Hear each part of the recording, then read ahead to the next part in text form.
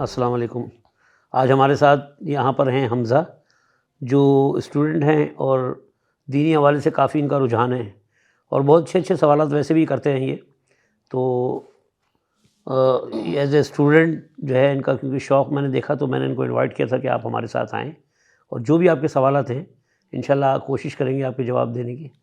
ہاں تو حمزہ آپ کا کوئی سوال تھا کیا؟ آپ جی ویسے تو خیر 2-3 سوال تھے بالکل لیکن ایک ایک کر کے کر لیں مجھ سے آپ۔ ٹھیک ہے جی۔ السلام علیکم۔ وعلیکم السلام۔ سب سے پہلے تو بہت شکریہ آپ نے مجھے یہاں بلایا اور میرے سوال آپ سن رہے ہیں۔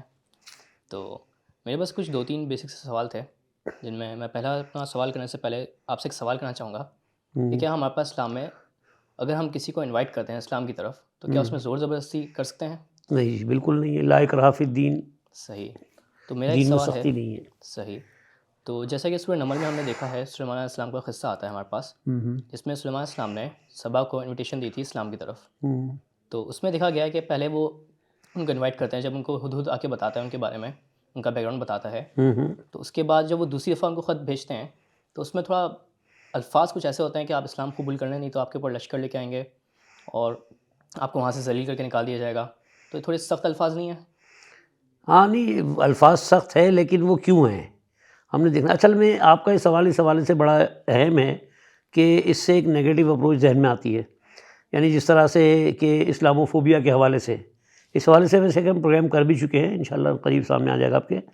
لیکن یہ جو تصور ہے کہ زبردستی یعنی جس کو دیکھو جہاں دیکھو مار دو والی بات ہے، تو وہ ایک تصور آپ بالکل صحیح کہہ رہے ہیں کہ اس سے ایسا ابہام سا پیدا ہوتا ہے۔ اس کو سمجھنے کے لیے یہ سورہ سبا کے اندر دوسرے رکوع میں جو آپ بتا رہے ہیں نا، دوسرے رکوع میں، اچھا پہلے رکوع میں اگر آپ جائیں گے نا تو وہاں آپ دیکھیے گا کہ موسیٰ علیہ السلام کا ایک قصہ ہے۔ اچھا یہ اللہ تعالیٰ کی ایک سنت ہے کہ اللہ تعالیٰ تعویلات خود دیتا ہے قرآن میں، کیونکہ اسٹارٹ میں اگر آپ کئی جگہ آپ دیکھیں اللہ تعالیٰ کہتا ہے ہم کھول کھول کے بیان کرتے ہیں آیتوں کو، تو یہ کھول کھول کے بیان کرنے سے مراد یہ کہیں نہ کہیں اللہ تعالیٰ نے تعویلات بھی پیش کی ہیں، یعنی ہمارے سمجھنے کے لیے۔ اب یہ اور بات ہے کہ ہم اس پہ غور نہیں کرتے، ہم اسی ٹکڑے پہ لے کے چلنا شروع کر دیتے ہیں۔ تو ہمیشہ کہ بیٹا پہلے تو کوشش یہ کیجیے گا جب بھی آپ مطالعہ کریں تو ایک تو رکوع کمپلیٹ کریں اور آگے پیچھے بھی دیکھ لیں اس واقعے سے مراد اگر کچھ لی جا رہی ہے نا، تاکہ ہمیں سمجھ میں آ جائے، ورنہ ایک ٹکڑا جو ہے نا وہ بات مکمل نہیں ہوتی، کیونکہ قرآن جو ہے وہ تقریری بیان ہے، موضوعاتی بیان نہیں ہے۔ موضوع آپ کو خود بنانا پڑے گا اور موضوع آپ کو تلاش کرنا پڑے گا۔ تو بڑی اچھی بات یہ ہے کہ اسی صورت کے اندر جب آپ مطالعہ دوبارہ کیجیے گا میرے کہنے پہ، تو اس میں دیکھنا ہے کہ آپ نے پہلے رکوع میں موسیٰ علیہ السلام کا قصہ آ رہا ہے، ٹھیک ہے، اس کے بعد پھر سلیمان علیہ السلام کا قصہ آتا ہے۔ ویسے تو سلیمان علیہ السلام کا قصہ 2 جگہ ہے قرآن میں، ایک تو سورہ نمل جو آپ نے ذکر کیا اور ایک سورہ سبا میں بھی ہے اس کا ذکر۔ کیونکہ آپ نے سوال یہاں سے کیا ہے تو میری کوشش ہوگی کہ یہیں سے اور اسی ٹکڑے سے میں آپ کو کلیئر کرنے کی کوشش کروں گا۔ ہاں جی حمزہ یہ آپ کا میں نے نکال لیا ہے سورہ نمل، وہ سوال جہاں سے آپ کا تھا میں وہیں سے پڑھ رہا ہوں۔ اب وہ جو حدود جو آ کے خبر دے رہا ہوتا ہے نا، تو وہ کیا کہہ رہا ہوتا ہے وہ الفاظ پہلے دیکھ لیتے ہیں۔ وہ حدود آ کے کہہ رہا ہے سلیمان علیہ السلام کو کہ انی وجدت کہ بلا شبہ میں نے پائی امراتن ایک عورت، ٹھیک ہے، تملکہم جو حکومت کرتی ہے ان پر،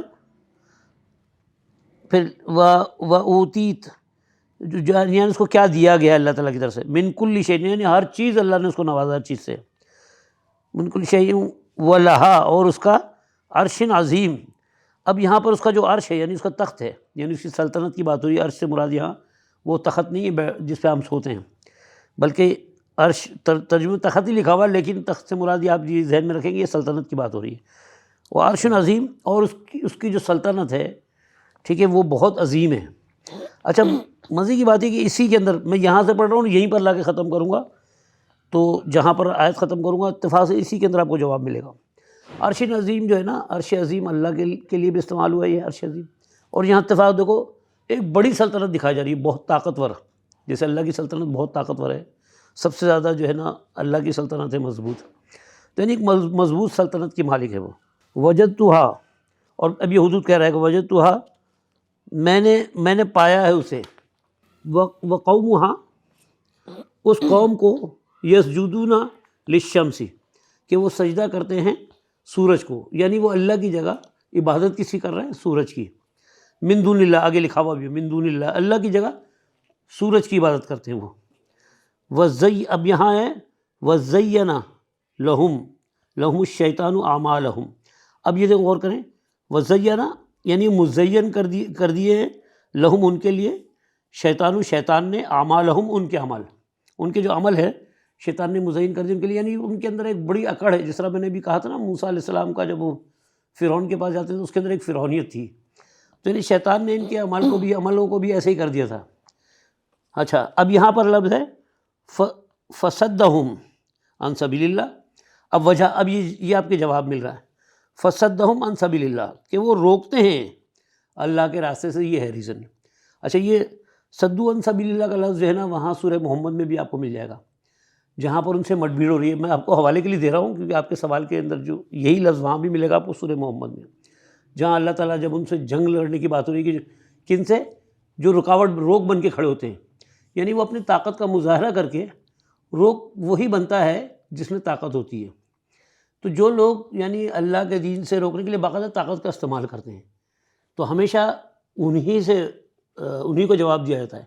یعنی جہاد بھی انہی سے ہے جو روک بن کے کھڑے ہوتے ہیں اور طاقت کا مظاہرہ کرتے ہیں، ورنہ ہر کسی سے نہیں ہے. کہ اگر مثال طور پہ آپ کے بھی دوستوں میں کوئی کرسچن ہوں گے یقیناً، تو آپ یہ نہیں کہ آپ ان سے جو ہے نا زبردستی ان کو مارنا شروع کر دیں کہ یہ کرسچن کیوں ہے، یہ عیسائی کیوں ہے، ایسا نہیں ہے. ہاں اگر کوئی آپ کو دعوت دیتا ہے اپنے دین کی، اپنے مذہب کی طرف بلاتا ہے تو آپ بھی اس کو دین کی طرف بلا سکتے ہو.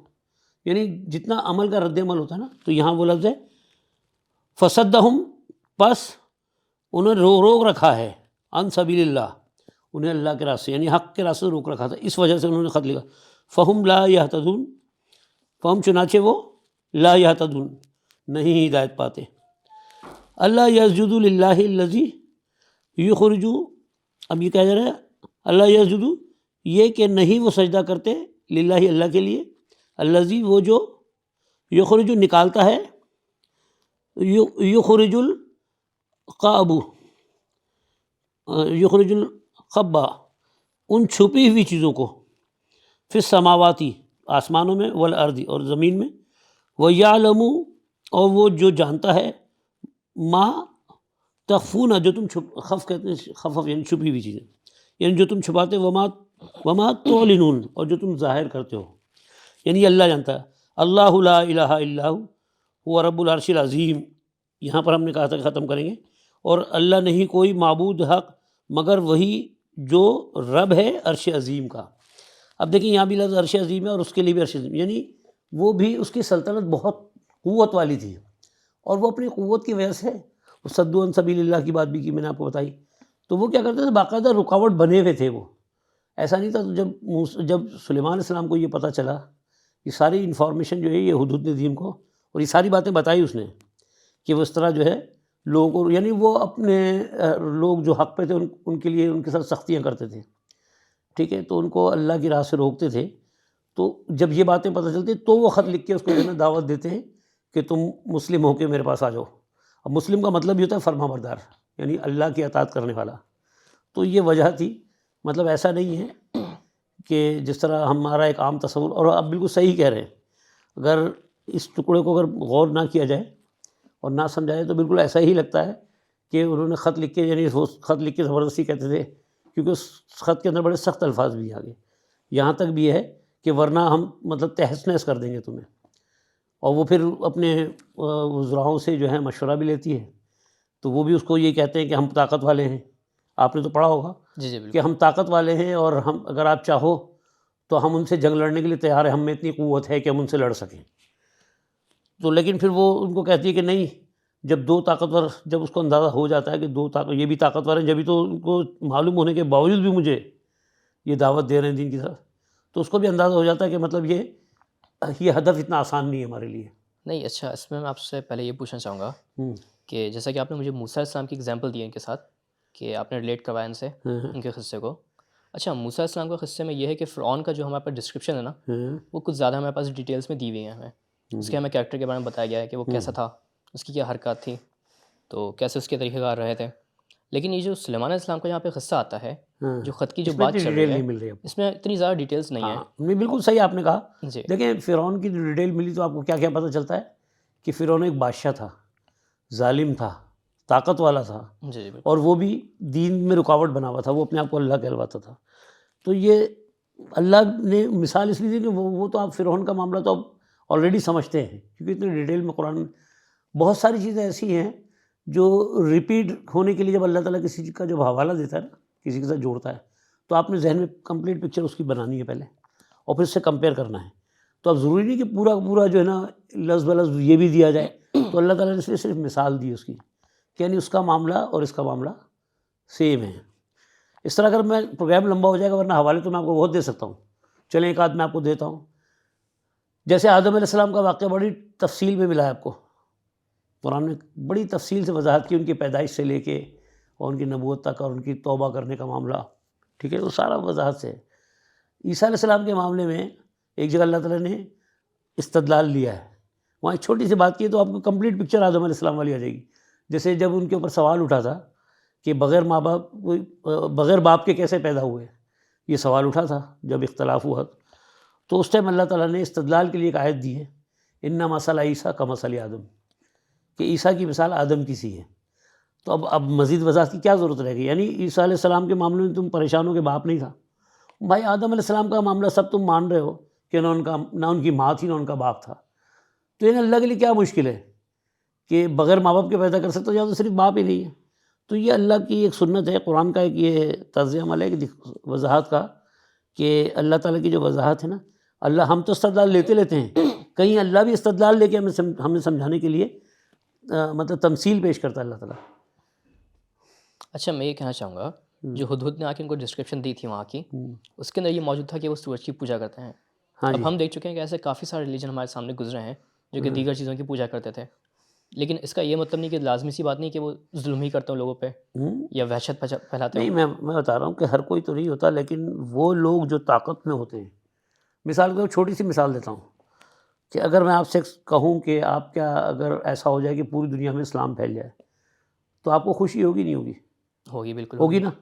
بالکل اسی طرح سے ہر کوئی چاہتا ہے کہ جس چیز پہ میں قائم ہوں، یعنی جس کو آپ حق سمجھ رہے ہو، آپ یہ کہتے ہو جی ہر کسی کی خواہش ہوتی ہے حق پھیلے.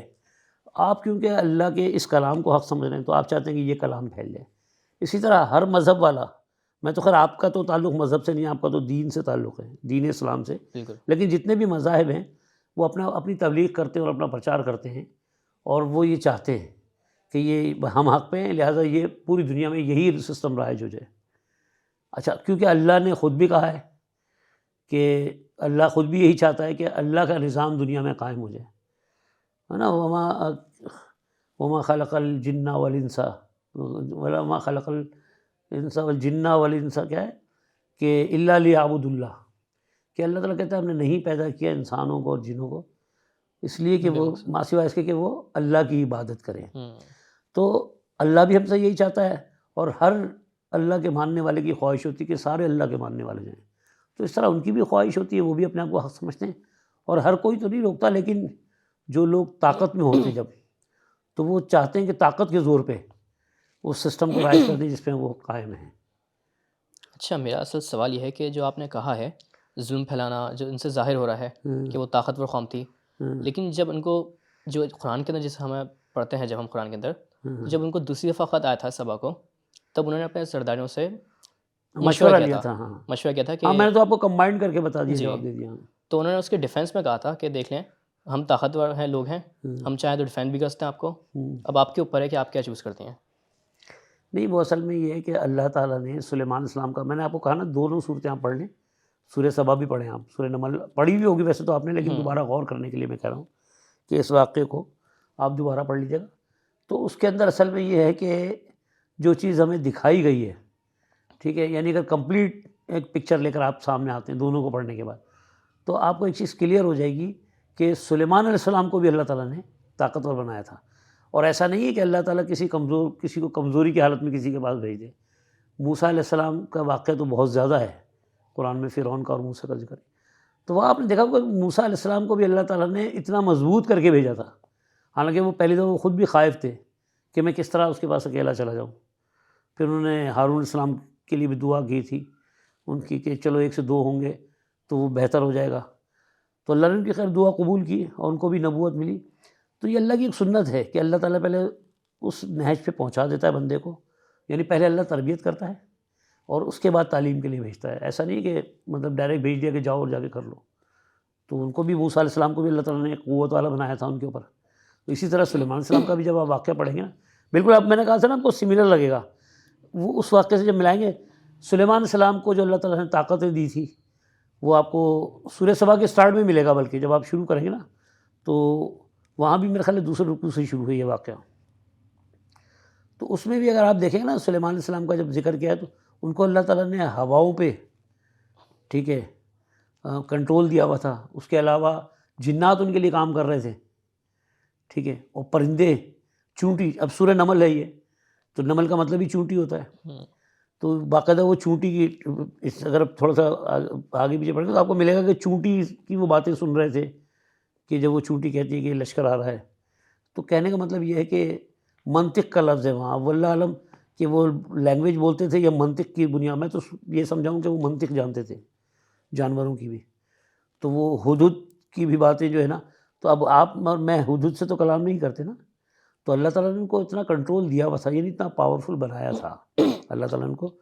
تو یقیناً اگر ان کو بھی، اور میرا خیال ہے کہ یہ انبیاء کے اندر دیکھا جائے تو جو داؤد علیہ السلام کے بیٹے تھے نا سلیمان علیہ السلام، بالکل. تو سب سے پہلے تو اللہ تعالیٰ نے بادشاہ داؤد علیہ السلام کو دی تھی. اور کیونکہ یہ انہی کے بیٹے تھے، اور ان کو تو اور زیادہ فوقیت دی تھی کہ اللہ تعالیٰ نے ان کو بہت کچھ اس سے نوازا تھا. یعنی طاقتور، یہ خود بھی طاقتور تھے کافی اس حوالے سے.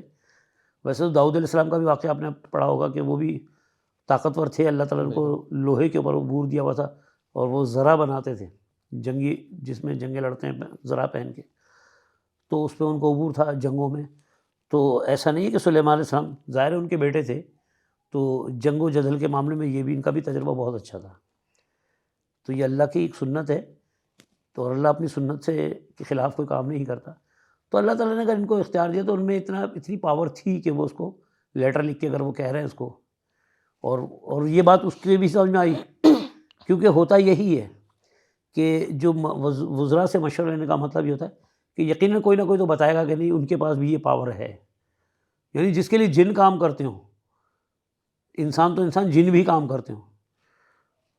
تو ان کا وہ سورہ سبا میں تو بلکہ ان کا آخری وقت کا بھی بتایا کہ جس ٹائم وہ چھڑی پہ لے کے کھڑے ہوئے تھے اور جنات کام کر رہے تھے وہاں.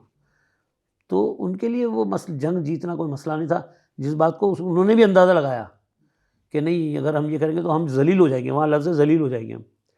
اور جب دو طاقتور لڑتے ہیں تو کسی کو ذلیل ہونا پڑتا ہے، یعنی جو جنگ ہارے گا تو اس کے لیے تباہی ہو جاتی ہے. تو اس میں بھی سارے ایمان نہیں لائے تھے. اگر آپ پڑھیں گے تو آپ کو مل جائے گا، پھر آگے آپ کو ذکر جب ملے گا تو اس میں یہ لکھا ہوا ہوگا کہ ان میں جو لوگ ایمان لائے اور جو نہیں لائے، اس طرح. تو یہ ہمیشہ یہی ہوتا رہا ہے. اچھا، اس میں یہ کہاں سے ثابت ہو رہا ہے کہ وہ لوگ فساد پھیلاتے تھے یا وہ لوگ ظلم کرتے تھے؟ یہ تو اس میں کہیں سے ثابت نہیں ہو بالکل رہا مل جائے ہے. گا آپ کو. یہ کہاں سے یہ ثابت ہو بالکل رہا آپ کو مل جائے گا. سورہ سبا آپ پڑھیں گے وہاں پر آپ کو یہ لفظ ملے. تو یہاں پر آپ کو شروع میں نے پڑھ کے سنا نا کہ شیطانی عمل کیا ہوتا ہے. فساد کون مچاتا ہے؟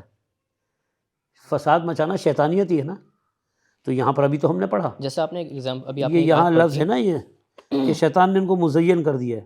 زین لہم الشیطان اعمالہم، یعنی ان کے جو عمل تھے وہ شیطانی عمل تھے. تو شیطانی عمل اور کیا اچھا، ہوتا ہے؟ یہ جو آیت ہے اس ٹائپ کی آیت میں اور بھی پڑھ چکا ہوں قرآن میں. ہاں ہاں تو اللہ تعالیٰ نے جگہ جگہ پہ استعمال کیا یہ کہ جو لوگ حد سے آگے بڑھ جاتے ہیں سرکشی میں، ہاں ہاں برائی میں، تو شیطان جو ہے ان کے اعمال کو، جو برے عمل ہوتے مزین ہیں کرتا ہے، ان کو اچھے کر کے ہاں دکھاتا اچھے ہے کر کے دکھاتا ہے کہ کہ ان تم کو بڑا، ڈیفرنس پتہ نہیں چلتا کہ وہ اچھا کام کر رہے ہیں اور برا وہ کام کر رہے سمجھتے ہیں، فخر محسوس کرتے ہیں اس ہیں. کے ہاں، وہ ایک لیول ہو جاتا ہے ان کا کہ وہ برائی بھی ان کو برائی نہیں لگتی. برائی نہیں تو وہ لگتی. یہ ایگزامپل یہاں پہ یوز کی گئی ہے. جی جی بالکل ایسا ہی ہے. اور وہ لوگ کیا کرتے اور ہیں پھر؟ وہ فساد ہی مچا دیتے ہیں. اسپیسیفکلی اس میں بھی یوز کی گئی ہے جی جی کہ بالکل. جو وہ شرک کر رہے ہیں کہ ان کو احساس ہی نہیں ہو رہا وہ کہ شرک کر رہے ہیں. ہاں ایسا ہی ہے بالکل کہ جو لوگ، یہاں تک کہ اگر وہ شرک، بہت سے آپ کو ملیں گے ایسے لوگ کہ وہ ان سے اگر آپ کہو گے شرک تو کہیں گے بہت بری بات ہے، بلکہ یہ یہاں تک کہیں گے کہ شرک کی بخشش نہیں ہے، اور وہ خود شرک بھی کر رہے ہوتے ہیں. تو اس کی وجہ کیا ہوتی ہے کہ وہ اس کو شرک نہیں سمجھ رہے ہوتے ہیں. تو وہ شیطان نے حقیقت مزین کر کے دکھایا ان کو کہ عمل، کہ نہیں یہ شرک کیسے ہو سکتا ہے. لیکن یہ جیسے واقعہ میں آپ اتنا، کو مثال دے دیتا ہوں، ویسے تو لمبا ہو گیا پروگرام، لیکن چلو جب ہو ہی گئی بات تو اتنا سمجھنے کے لیے آپ اس موٹی سی مثال لے لیں کہ کہہ لیں گے نہیں وہ یہ چیز جو ہے نا شرک نہیں ہے، غیر اللہ سے مدد مانگنا شرک نہیں ہے. تو مثال دیتے ہیں نا، جیسے آپ ڈاکٹر سے مدد نہیں مانگتے تو کہہ لیں گے کیا شرک ہو گیا. تو اسی طرح ہم اگر کسی بزرگ سے وہ مانگ رہے ہیں مدد تو وہ شرک تھوڑی ہے. تو وہ شرک کو شرک نہیں سمجھ رہے ہوتے، حالانکہ غیر اللہ سے مدد مانگنا شرک ہے. بالکل. اور ویسے بھی وہ جب ان کو آپ یہ بھی کہہ دیں کہ بھائی وہ تو ہے ہی نہیں، ڈاکٹر تو زندہ ہے، آپ اس کے بعد جاتے ہیں دوا لینے، تو آپ تو اس سے کلام بھی کر رہے ہوتے، تو یا تو آپ کے سامنے موجود ہی نہیں ہے، آپ کیسے مدد لیں گے اسے؟ تو وہ پھر حوالہ دیتے ہیں کہ جی شہید کبھی مرتا نہیں ہے، تو شہید تو زندہ ہے۔ اب وہ زبردستی اپنی بات کو وہ قائم رکھنا چاہتے ہیں، وہ اپنی بات کے اوپر قائم رہتے ہیں، اور وہ زبردستی پھر بھی کہتے ہیں نہیں جی شہید تو مرتا نہیں ہے، تو اس لیے کیونکہ وہ شہید ہو گیا لہٰذا ہم اس سے مانگ رہے ہیں، اور وہ آ رہا ہے مدد کر رہا ہے۔ تو قرآن نے ہی اس کی بھی وضاحت کر دی ہے، حالانکہ یعنی ان کے پاس جواب نہ ہو لیکن وہ ڈھٹائی، جس کو کہتے ہیں ڈھٹائی، وہ اس ڈھٹائی پہ قائم رہتے ہیں۔ نہیں، جیسا کہ آپ نے بتایا کہ وہ ظلم کرتے تھے یا وہ بہت طاقتور تھے، جو طاقتور نہیں کی میں نے بات نہیں ہے، بتایا، یہ قرآن میں لکھا ہوا ہے۔ نہیں جو طاقتور کی جو باتیں انہوں نے کہا تھا وہ ڈیفینس میں کہا تھا انہوں نے کہ ہم طاقتور لوگ ہیں، ہم ڈیفینڈ کر سکتے ہیں اپنے میں آپ بھی کو۔ آپ کو پھر دکھا دیتا ہوں۔ پہلے تو میں نے آپ کو عرش عظیم کی بات کی تھی کہ یعنی بڑی سلطنت تھی ان کی، طاقتور لوگوں کی سلطنت تھی، ٹھیک ہے، ایک تو میں نے یہ بتایا، اور دوسرا فسادی تھے، یہ بھی میں نے آپ کو بتایا، کیونکہ وہ سورج کی پوجا کرتے تھے نا، وہ اللہ کی بات کی، تو ان کا منشا یہی تھا کہ یہ نظام جو ہے نا وہ پھیلانا چاہ رہے تھے اپنا، اور ہر طاقتور یہ چاہتا ہے کہ سارے اس کے ماننے والے جائیں تاکہ ان کے اوپر سب پہ حکومت کرے وہ۔ یہ تو بہت کلیئر دکھا ہوا ہے یہاں، میں اپنی طرف سے تو کچھ نہیں کہہ رہا آپ کو، آپ اگر تھوڑا سا غور کر لیں گے نا تو یہ باتیں آپ کو سمجھ میں آئیں گی۔ بہت ساری چیزیں ہمیں فوراً سمجھ میں نہیں آتی، لیکن گریجولی اگر آپ غور کرتے رہیں گے نا تو سمجھ میں آ جاتی ہیں۔ اچھا جی، بالکل جیسا کہ آپ نے مجھے بتایا ہے، میں اس سے یہ سمجھ پاؤں گا، ٹھیک ہے اس معاملے میں ہمیں زیادہ ڈسکرپشن نہیں ملتی سلیمان علیہ السلام کے کیس میں، اتنا زیادہ ڈیٹیل میں ہمیں پرووائڈ نہیں کیا گیا کہ وہاں پہ کیا ہوا تھا بیسکلی، لیکن جیسے آپ نے اگزامپل دی ہے موسیٰ علیہ السلام کی، فرعون کی، ہمیں جو آپ نے اگزامپل دی ہے، اور بھی ہمارے سامنے ایسے کئی کیس گزرے ہیں، تو ٹھیک ہے ہم یہ اس کو بالکل کنسیڈر کر سکتے ہیں کہ ان کے ساتھ بھی کیا پتہ سملر کیس ہو، کیا پتہ وہ بھی ظلم کرتے ہوں، کیونکہ ڈسکرپشن اتنی نہیں دی گئی ہوئی، تو ہو سکتا ہے یہ بھی ہو۔ یہ اچھا پوائنٹ تھا آپ کا بالکل۔ نہیں میں آپ کو حمزہ، میں آپ کو پہلے پوائنٹ ٹو پوائنٹ کلیئر کر دوں۔ دیکھیں آپ کا جو سوال تھا، آپ پہلے اپنا سوال سنیں، پھر میں پوائنٹ ٹو پوائنٹ، ویسے تو میں نے 2-3 اضافی بھی دے دیے، حالانکہ میں نہیں دینا چاہ رہا تھا کیونکہ اس میں بہت لمبا ٹائم لگ جائے گا اسی کو اگر ہم کھینچتے رہیں تو۔ دیکھیں سوال آپ کا یہ تھا کہ انہوں نے جو خط لکھا سبا کی ملکہ کو اور کہا کہ اسلام لے کر آ جاؤ، ٹھیک ہے، اس سے جو پوائنٹ آپ کے ذہن میں آتا ہے وہ یہ ہے کہ مطلب یعنی زبردستی، یعنی ایک طرف تو اللہ قرآن میں کہہ رہا ہے کہ لا اکراہ فی الدین، دین میں سختی نہیں ہے، اور یہاں پر سختی ہو رہی ہے کہ اس کو باقاعدہ خط لکھ کے اس کو کہا جا رہا ہے کہ اسلام میں داخل ہو جاؤ کیونکہ وہ سورج کی پوجا کرنے والے ہیں، ایسا ہی ہے نا۔ اب میں پوائنٹ دوں گا، اب آپ غور سے سنتے جائیے گا، آپ کے سارے پوائنٹ میں اسی کے حوالے سے دوں گا۔ دیکھیں ہم نے جب اس سورت کو کھولا تو سب سے پہلے ہمیں ایک واقعہ ملا موسیٰ علیہ السلام کا پہلے رکوع میں، اور یہ واقعہ شروع ہو رہا ہے دوسرے رکوع سے۔ تو اب سوچیں کہ سورہ نمل جو سلیمان علیہ السلام کا واقعہ چل رہا تھا وہ موسیٰ علیہ السلام کا واقعہ چل رہا ہے، ٹھیک ہے، پہلے رکوع میں، اور مختصر چل رہا ہے، ویسے تو بہت لمبا ہے موسیٰ علیہ السلام کا، مختصر سا، یعنی کہ یہ ریلیٹڈ ہے اس سے، جب اس صورت میں ہے تو ریلیٹڈ ہے، اس لیے اس صورت میں ہے، ٹھیک ہے۔ تو وہ میں نے اس کے لیے آپ کو حوالہ دیا کہ وہ بھی ایک بادشاہ تھا فرعون، اور فرعون بھی طاقت کا مظاہرہ کرتا تھا۔ پھر میں جب اس طرف آیا دوسرے رکوع پہ تو میں نے آپ کو یہ کہا کہ یہ بھی ایک بادشاہ ہے، بادشاہت رکھتی ہے، ٹھیک ہے، اور یہ بھی پاورفل ہے، عرش عظیم کا لفظ ہے یہاں پر، یعنی اس کی سلطنت بہت طاقت والی تھی، اور عرش عظیم کا لفظ جو ہے اللہ کے لیے بھی آیا ہے، اور میں نے عرش عظیم سے شروع کر کے عرش عظیم پہ ختم کیا تھا، یہاں اس کا نام تھا، وہاں اللہ کے لیے تھا عرش عظیم، ٹھیک ہے۔ اب اس ٹکڑے میں آپ کو کیا کیا ملا میں آپ کو بتاتا جاتا ہوں۔ دیکھیں اس ٹکڑے میں آپ کو جو ملی، پہلی چیز کیا ملی کہ اس کی سلطنت مضبوط ہے، دوسری چیز آپ کو ملی کہ وہ شیطان نے ان کو جو ہے نا مزین کر کے رکھا ہوا تھا، اور وہ دین میں روک بنتے تھے، صدو عن سبیل اللہ کا لفظ بلکہ فا کے ساتھ ہے، یعنی پھر پس وہ رکاوٹ بنتے تھے دین میں، عن سبیل اللہ، اللہ کی راہ میں، یعنی حق کی راہ میں رکاوٹ۔ فرعون بھی یہی کرتا تھا کہ زبردستی اپنے آپ کو سجدہ کراتا تھا، یعنی وہ بھی حق میں رکاوٹ بناتا۔ 2 پوائنٹ آپ کو مل گئے کہ شیطان، اور شیطان نے ان کے اعمال جو تھے نا مزین کر دیے تھے، یعنی تم بالکل حق پہ ہو، یعنی وہ اپنے آپ کو سمجھتے تھے کہ ہم حق پہ ہیں، ٹھیک ہے۔ تو اس سے زیادہ بڑا ریزن کوئی نہیں ہو سکتا، کیونکہ جہاں بھی وہ جہاد کی آیتیں ملیں گی آپ کو، میں آپ کو سورہ محمد کا میں نے ایک حوالہ دیا تھا کہ وہاں بھی صدو عن سبیل اللہ کا لفظ ہے سورہ محمد میں، کہ ان سے مٹ بھیڑ ہوتی ہے، یعنی جب مٹ بھیڑ ہو جائے، صدو عن سبیل اللہ رکاوٹ آ جاتی ہے کہ مٹ بھیڑ ہو گئی اب، تو جب کسی سے آپ کی مٹ بھیڑ ہو جاتی ہے تو جنگ لاگو ہو جاتی ہے۔ جیسے فلسطین کی مثال لے لیں کہ ظاہر ہے وہ نہتے صحیح، لیکن کیا ہے کہ وہ آخر میں وہ تنگ آمد بجنگ آمد، وہ جنگ کر رہے ہیں۔ تو اسی لیے بالکل اسی طریقے سے کہ وہ خط لکھنے کی وجہ کیا تھی کہ وہ صدو عن سبیل اللہ پہ بات آ گئی تھی، جہاں سے جنگ کا واقعہ شروع ہو جاتا ہے کہیں بھی ہو، یعنی اگر پاکستان میں بھی ایسا واقعہ ہو جائے کہ اگر آپ کے اوپر کوئی چڑھائی کر دے، یعنی مٹ بھیڑ والی بات ہے، تو اس کے علاوہ صرف کوئی حل نہیں ہوتا آپ کے کہ آپ بھی ان سے لڑائی کریں، بلکہ وہاں تو آپ کو بہت اچھا جواب ملے گا کہ ان سے اس حد تک لڑو کہ جنگ اپنی ہتھیار ڈال دے. وہ آپ پڑھنا سورہ محمد کہ جنگ خود اپنی ہتھیار ڈال دے. اب جنگ کیسے ہتھیار ڈالے گی؟ یعنی سامنے والا چیخنے پہ آ جائے، مجبور ہو جائے، بولے کہ بھائی جنگ بند کرو، جس طرح اسرائیل اب کہہ رہا ہے کہ جنگ بند کرو. تو یہ وہ وجوہات ہیں جس کی بنیاد پر انہوں نے خط لکھا. کہ اب آپ چاہتے ہو کہ مطلب یعنی پوری، کیونکہ دیکھیں میں نے آپ کو کہا نا کہ ایک ہم لوگوں میں مسلمانوں میں ایک چیز ہے کہ ہم بہت زیادہ چاہتے ہیں، ہم چاہتے ہیں کہ ہمیں قصے کہانیاں ملیں. یہ قرآن قصے کہانیاں نہیں ہیں. یہ آیت کا مطلب ہوتا ہے اشارہ یا نشانی. تو اللہ تعالیٰ اشارتاً سمجھاتا ہے. تو میں نے آپ کو موسیٰ علیہ السلام کے علاوہ عیسیٰ علیہ السلام کی بھی مثال دے دی، صرف سمجھانے کے لیے. حالانکہ میں سمجھتا ہوں کہ جب اللہ نے ایک مثال ہمیں دے دی ہمیں اسی پہ غور کرنا چاہیے، ہمیں اس حدود سے نہیں نکلنا چاہیے. تو آپ کا جواب یہاں مل تو گیا کہ لا اکراہ فی الدین والی بات ہے. یہاں پر وہ نہیں ہے کہ دین میں سختی. تو کوئی آپ میرا دوست ہے عیسائی ہے، بہت اچھا دوست ہے میرا، میں نے کبھی اس کو نہیں کہا. ہاں جس دن وہ مجھے دعوت دے گا تو میں بھی اس کو دعوت دوں گا. میں ایک زمانے میں چرچ جایا کرتا تھا، شاید آپ کے علم میں ہو. تو جس زمانے میں چرچ جایا کرتا تھا تو وہاں پر مجھے ایک نے دعوت دی تھی کہ آپ عیسائی کیوں نہیں جاتے. تو میں نے کہا میں تو آلریڈی عیسائی ہوں، میں عیسیٰ علیہ السلام کا ماننے والا ہوں. تو میں نے کہا کہ میں جس طرح کا عیسائی میں چاہتا ہوں آپ اس طرح کے عیسائی ہو جائیں. تو جب میں نے انجیل کھولی، میں نے کہا یہ باب نمبر 19 میں نے نکالا یوحنا کا. میں نے کہا اب ایسے عیسائی کیوں نہیں ہو جاتے؟ تو اس میں تو ان کا تو سارا حساب کتاب الٹا ہو جاتا ہے. وہاں تضاد ہے، تضاد مل گیا. میں نے کہا یہ دیکھیں وہ تو صلیب پہ زندہ تھے اور آپ کہتے ہیں یسوع نے صلیب پہ جان دی، امت کو بخشوا دیا. تو وہاں تو لکھا ہوا کہ صلیب پہ جان ہی نہیں دی انہوں نے. یوحنا کا باب نمبر 19. اس کے بعد سے پھر اس نے مجھ سے کوئی سوال ہی نہیں کیا.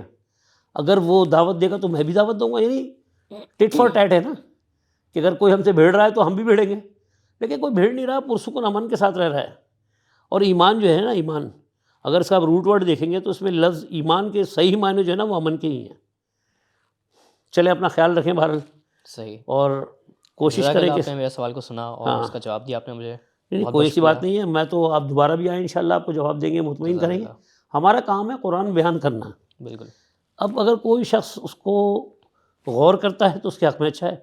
اور اگر نہیں آپ 10 دفعہ پوچھیں، مجھے اس پہ اعتراض نہیں ہے کہ یہ چیز سمجھ میں نہیں، ہم آپ کو 10 دفعہ سمجھائیں گے. لیکن اگر کوئی اس سلسلے میں کہ نہیں جی سمجھ میں نہیں آ رہا تو بھائی اس کا پھر میرے پاس کوئی علاج نہیں ہے. چلیں اپنا خیال رکھیں. السلام علیکم. پروگرام کو ہم ختم کرتے ہیں.